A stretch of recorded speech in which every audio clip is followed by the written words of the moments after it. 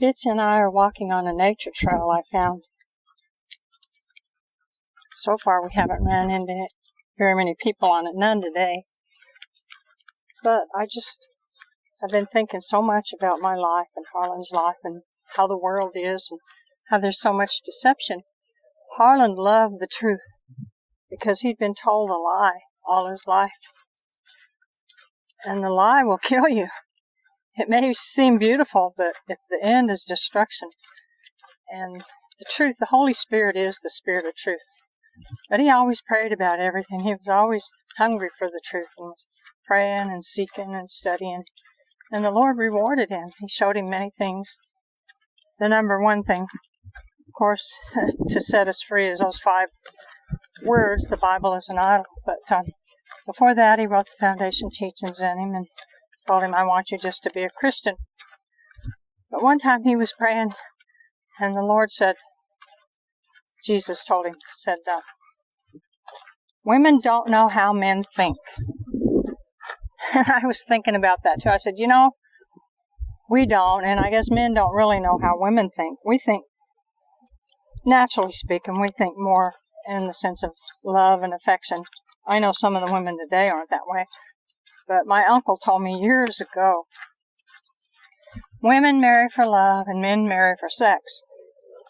That has some truth in it for, sinners, fleshly people. That's why God had to control our flesh. We have to mortify the deeds, the lustful deeds of the flesh. He'll provide our needs. And Lord, no, we live in a sinful body that needs it. But so women don't realize. A lot of women don't. Now I guess more of them do, but they don't realize, they want to be attractive, especially to their husband. And that's okay. But when they dress up too much, it just stirs up lust in the men. And but at the same time, is it the woman's fault that the men lust after them? They blame the women. Some men blame women because they raped the woman, date rape or whatever. And I thought, well, who committed the crime? And of course the woman, she shouldn't be inciting the flesh, but, at the same time we were created to be opposites and to be attracted to the flesh, so it's okay to be feminine and to look decent. God made things beautiful.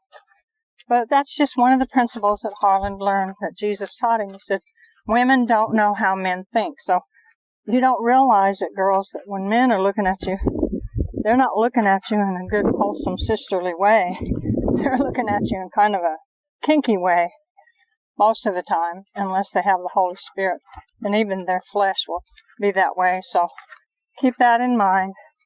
And then the same thing, we want to be loved, but we don't want that kind of love. Even though when you find your spouse, your soulmate, you'll enjoy having sexual relations with them because you get to express your love through that. But sex is not love. And you can love somebody just like Jesus and many of his apostles that didn't even have a wife. They had the greatest love there was. Of course, some of them did, like Peter, and many of them had wives. But they loved God the most. So a divine love is what's important. Anyway, it was just a little principle I wanted to share with you while I'm still here before Jesus takes me home.